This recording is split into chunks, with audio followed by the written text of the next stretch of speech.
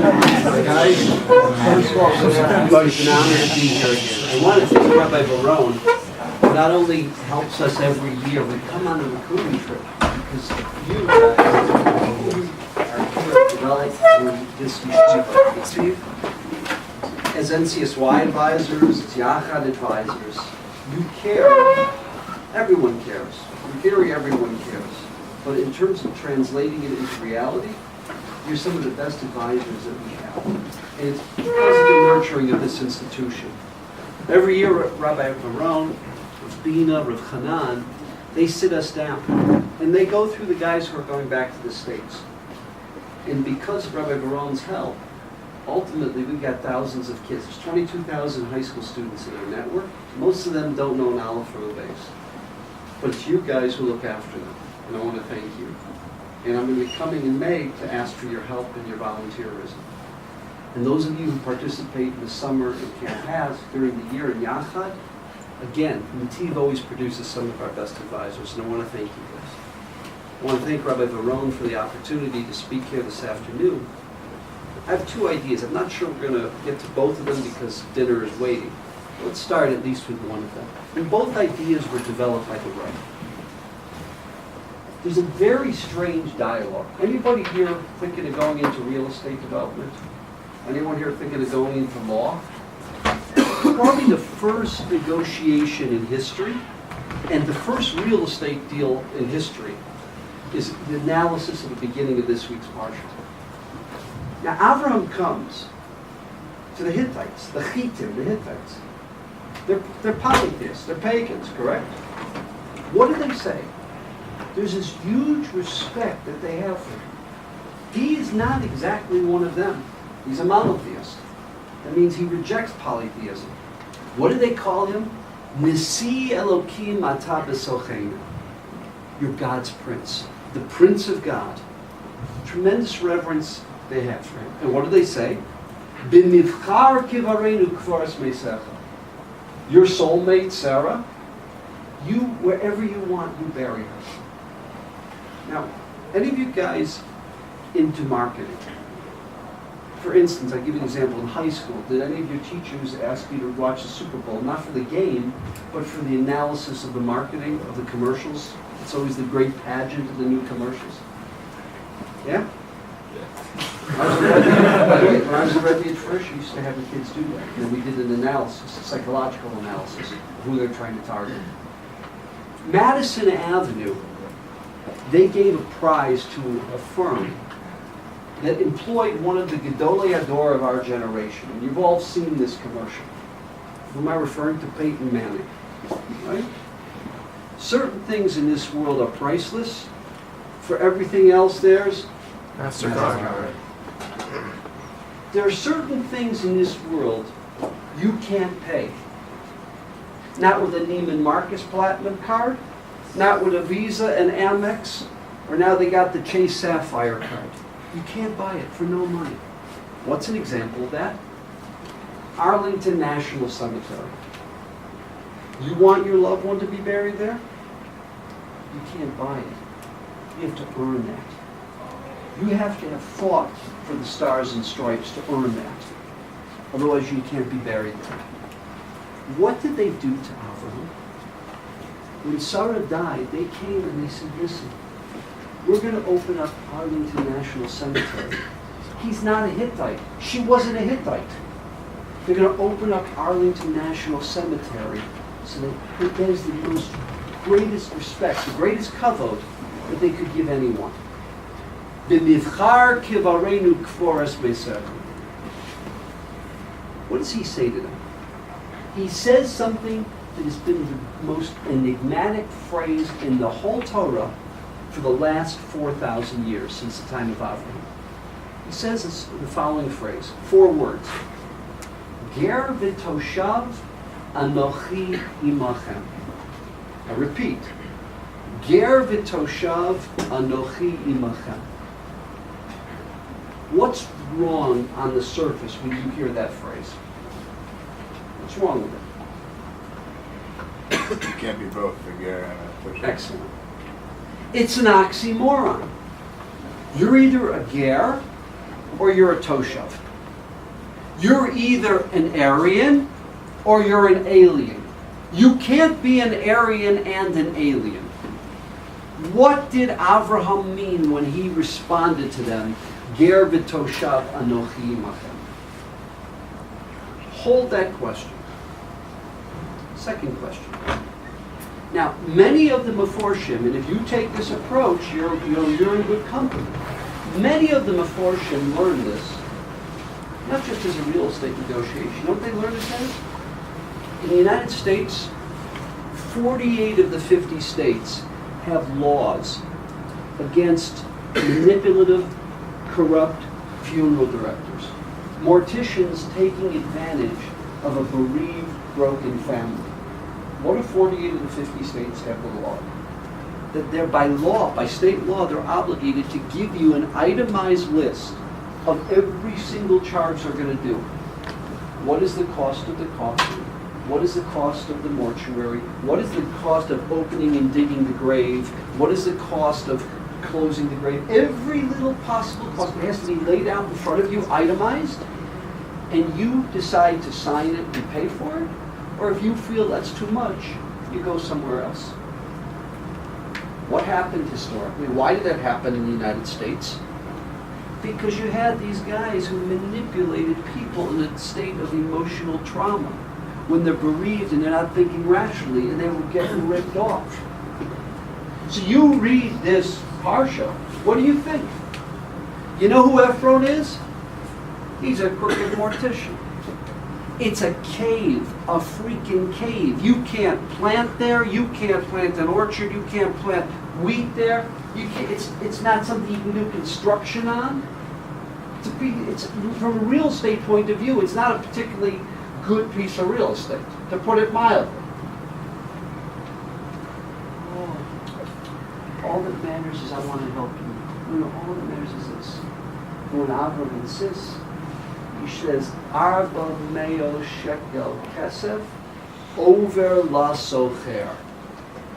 400 silver. We're not talking about our money, which is legal tender. We're talking about real tender. 400 silver shkalim. What's over la socher? Not just any currency. It has to be international currency. Money that can be used in any country in the Middle East. What happened to all the love? And please, no, don't, it's for free. Come on, wherever you just, I'll admit, I want to give it to you. So some want to say it was a manipulation.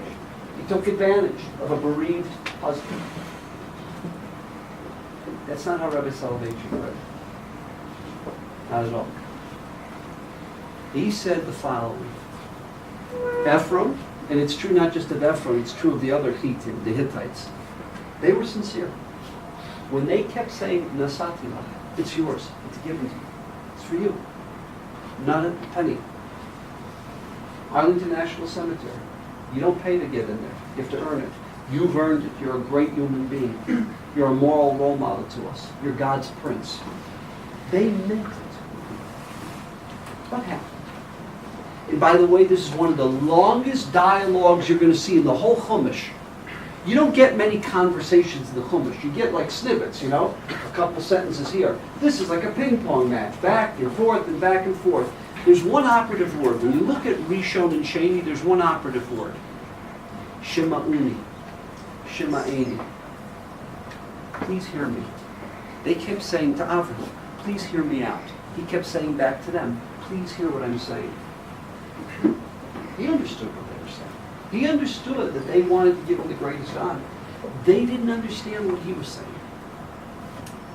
When they finally got it, tremendous offense, tremendous sense of hurt. You want it on those terms? You don't want to be part of us? You don't want to be buried? We're giving you the greatest honor that anyone could ever be given? You don't want it? You insist on paying for it? Not just, by the way, okay, you got to own the whole real estate, everything on all four sides. You got to have the right of ingress and egress. You want it? You're going to pay for it. 400 freaking silver kesef international currency for a cave? You know why he did that? Because they never understood what Avraham said from the beginning. Ger v'toshav anochi imachem. And by the way, guys, what you're living through, what I'm living through today, this is Ephron and the Hittites all over again. What did he say when he said Ger v'toshav anochi imachem? So there's a term. It's one of these words you could have used for the SATs. You ever heard the term a dialectic? You and I, a dialectic is this. You've got two poles, okay? And we oscillate between the two poles. I'll give you a simple example of a dialectic in Judaism. Every one of you is a unique, distinct individual. You're special, you're unique, you're different, and your existence should be different than anyone else. And at the same time, every one of you is part of the tzibur. Every one of you is part of Klal Yisrael. You have a common destiny and a common fate with every other Jew. The covenantal community. So we oscillate between the Yachid and the Tzibur. Between the Yachid and the Tzibur. By the way, when we daven, our private Amida is unique and distinct to us. The Rambam says Tfilas HaTzibur, what we call the Chazaras HaShatz. It's not his prayer. It's a prayer of the collective. It's the tefillah of the collective entity. So we oscillate. There's another dialectic we have. That's Ger v'toshav. You know what Abraham was saying to them? So what's a toshav? We said that is a area. When it comes to building parks, when it comes to security for the community, when it comes to enhancing education of all children, no matter what their background, their faith, their color, no one is a greater champion of these values than the Jew. No one. You know what a Jew is in America? And those of you from Canada? You know what a Jew is? When you cut the Jew, they don't bleed red. They bleed red, white, and blue. And you know where you really see that? Look at the loyalty and the patriotism of a Holocaust survivor who knows what it means to live in a different kind of country. You cut them and they bleed red, white, and blue. There's no one more patriotic. Those of you from Canada, you bleed red and white of the maple leaf. There's a real loyalty and there's a real concern. And you'll spend your time, your money, your energies, your talents to make sure that the community in macro is doing well. That's who Avraham Avinu was. He was a toshav. But at the same time, he led a dialectical existence. Let me give you an example of what it means to be a ger. Do you know the fortune of money that your parents spend on your Jewish education and your siblings? Your parents don't have second homes.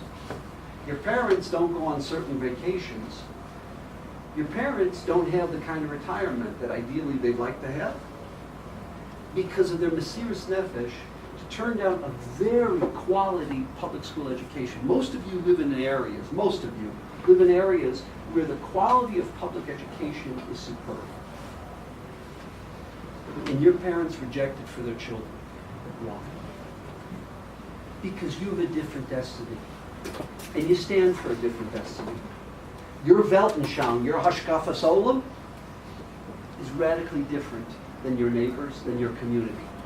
Despite that you are committed and your parents are committed to the ultimate success of that community. And therefore you don't go to the public school system. Today, in liberal progressive America, and we saw in this election a real split, a 50-50 split. We saw it in terms of which states were red, which states were blue, which counties had a very severe, highly intense support of Hillary, which counties had a severe, highly intense support of Donald Trump. And it wasn't Hillary or Donald Trump. Because neither Tzatzkala was a big prize, okay? It was a value system. But in that half, okay, the progressive liberal system, they look at you as a bigot. If you're so concerned about our welfare, if you're so concerned about our country, if you work so hard for American values, why are you a bigot that won't marry an Asian, won't marry a Mormon, an Episcopalian, a Lutheran. What, are you better? Of course they misunderstand the phrase chosen people. Chosen people does not mean we are better. Chosen means God chose us to partner with him in a mission of the transformation of the destiny of all of humanity. That's what it means. It's a responsibility, it's a commitment. We were chosen to partner with the Almighty, to take upon ourselves the system of perfected ethical monotheism. Not just Sheva mitzvahs, but Taryag mitzvahs. But it gets corrupted. They corrupt it, and they say, oh, the Jews think they're better. They won't marry us. They won't eat our food. Not so. It's not so. The reason we don't marry is because we are going to commit our life to someone who's committed to a similar destiny that we are. And where did this manifest itself at Aryeh? Burial. Where you're buried is a reflection of what? That, so to speak, is the place that is the beginning of the next destiny of your existence, the next phase of your existence. And our ultimate destiny, as much as we're committed to American and Canadian values, our ultimate destiny is Taryag mitzvahs. It's the Havayas of the Bayan Rebbe. Our destiny is the destiny of Rabbi Akiva and the Rambam and Moshe Rabbeinu and Sarah Imenu. It's a different destiny. And that's why there's this insistence on Kvuras Yisrael. It's not just Jewish burial. It's many manifestations. I gave a few. And this dialectic, where you oscillate between Ger v'Toshav, it's not an easy life. Let me give you a couple of examples. In America, and that Donald Trump was very successful, and that Barack Obama was very successful.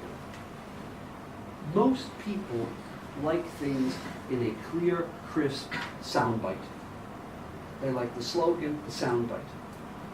There's some very qualified candidates in the Republican field. And there was one or two very qualified candidates in the early phases of the Democratic field. But they couldn't do it, they couldn't sell themselves in a cheap slogan-like manner. And that's not popular. So what are you? Are you pro-life or are you pro-choice? What are you? Are you a liberal or are you a conservative? You know, in LA we'd say, what are you, a Bruins or a Trojans fan, you know? In New York, are you a Yankees or a Mets fan? You have to fit yourself into a box. No Jew who's a thoughtful Jew will ever put ourselves in a box. Take this example of pro-life, pro-choice. Take this example. We're neither. On the one hand, depending on which of the posting you hold, the execution of an ubar, of a fetus, is either murder or it's chavala. Big nafkamina, under what conditions would abortion be allowed? But the same poskim who hold it's either hariga or chavala, if there's a threat physically to the mother, or there's a threat psychologically to the mother, there's a chiyuv. It's not you have the right to have an abortion. You must abort. They don't get that. They don't get that because we don't fit into their simple boxes. Another thing in Western civilization. The lingua franca. Are you heterosexual or are you homosexual? Are you gay or are you straight? Who, from a moral, ethical point of view, who in the world's going to define themselves by who they make love to or who they have the hots for? That's how I'm going to define myself? By my sexual proclivity? You define yourself as a rachaman, someone who's sympathetic. You define yourself as someone who's tolerant. Midos define a person, not their sexual choices. Just the language, we don't use that language. And this has nothing to do with the gay issue. We don't buy into the Western civilization that loves to put people into boxes. That's not who we are. We're ger v'toshav anochi imachem. I'll tell you a story. I grew up, we're in the cattle business, German Jewish refugees. We buy and sell livestock, we have dairy farms and crop farms, okay? There are a number of people, I'm going back right now to the years of Ronald Reagan, and you'll see why politically or historically I'm going back there. Under President Ronald Reagan, that was the very, very serious increase, the jump in the city can thank AIPAC for, as well as a number of people like Max Fisher, who were Jews involved in the Republican Party. Israel got very little aid from America. Or initially there was an arms embargo on Israel. When America started selling arms, it was for serious dollars, and Israel did not have the GNP or the economy it has today. It was a third world nation, it was a socialist nation. Today it is a first world economy. It is a startup nation. It was not the case in the 80s. It suffered from hyperinflation. Under President Ronald Reagan, American aid to Israel skyrocketed. We don't have to thank AIPAC for this. It skyrocketed to $3 billion. It hasn't grown that much since. I mean, in recent years, it's grown in terms of missile defense. We grew between $500 and $600 million a year of missile defense, as well as a number of other intangibles that have been very helpful. But the real quantum leap was under President Ronald Reagan. Now, what else happened under President Reagan? Jimmy Carter was one of the greatest debacles in the history of the United States. May go down as the worst president, for sure he gets the top three. Created hyperinflation. And let me give you one example of how that happened. There was a huge surplus of basic necessities. Wheat, milk. Jimmy Carter's brother, Billy, was a peanut farmer in Plains, Georgia. The economy of the part of Georgia that Jimmy Carter was from was agricultural economy. He gave 3% interest rates to farmers with something called FHA, the Farm and Housing Administration. Do you understand, at the time, our farm, as well as many other American farmers, we got paid money not to grow crops. There was such a surplus, they paid us money to leave some of our farmland fallow. You didn't need to expand American agriculture. America could more than feed the world. What happened?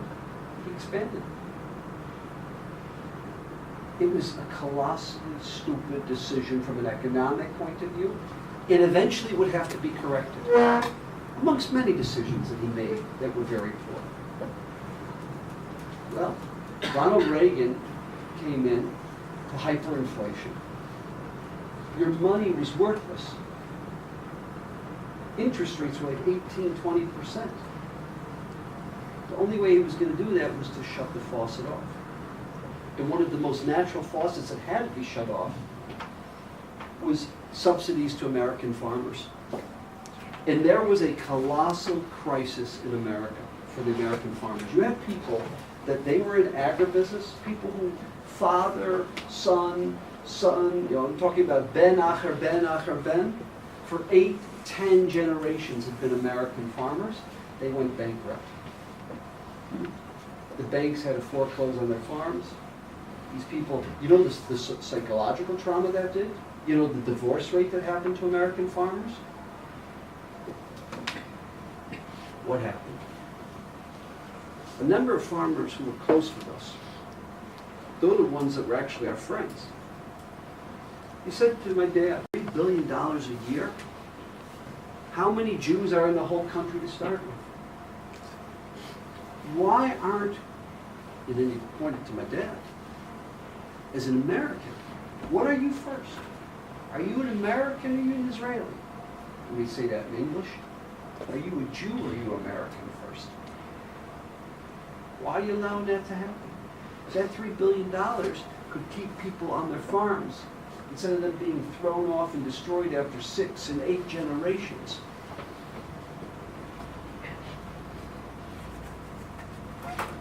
By the way, the white Aryan nations, they had a phrase for it. If you Google this, the phrase was Zog. Z-O-G. You know what they called the American government? The Zionists occupation government. The Zog, the Zionist occupation government, would send $3 billion every year to a small handful of Jews in the Middle East, but won't take care of Americans. That, guys, is what they don't understand. Because, right? What are you? Are you an American or are you a Jew? What are you? They said to Avram, what are you? Are you one of us or are you a stranger? Are you an Aryan or are you an alien? What are you? And they didn't get it then. The Hittites didn't get it then. And I'm telling you, people don't get it today. And it's not just that non-Jews don't get it. There are many Jews who don't get it. There are many Jews who don't get it.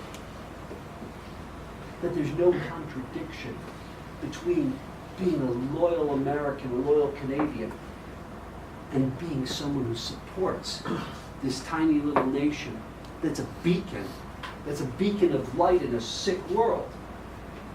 There's no contradiction between the two. It's the best thing that could ever happen for American interests. It's the best thing that could ever happen for American values and what America stands for. There's no contradiction. They don't get that. And I'm not blaming them. It's not so simple. But that's what Avram was saying. Ger v'toshav anochi imachem. You know, Benji and I, before we pulled these guys out of Beverly Hills, we used to live out in LA and Beverly Hills.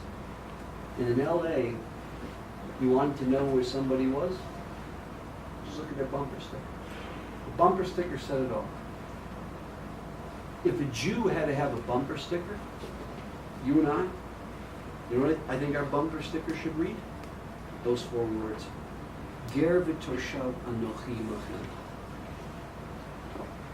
Those of you who stay here and make Aliyah, God bless you. We need people like you who are objective, who are idealistic, who are B'nai Torah. Stay here. Those of you who go back to the United States or Canada, you got to be role models. You got to be engaged Americans who have the depth, who have the substance of what it means to be a thoughtful Jew. A Ben Torah who doesn't look at the world in simple, concrete terms, who leads that Ger v'toshav, that dialectic of existence. You will not be understood. Sometimes you will be despised. But it's that kind of a role model that ultimately will transform, that will make a difference. And the very, very life that Abraham led 4 millennia ago, 4,000 years ago, his life and his challenges, they're as relevant today as they ever were. Thank you.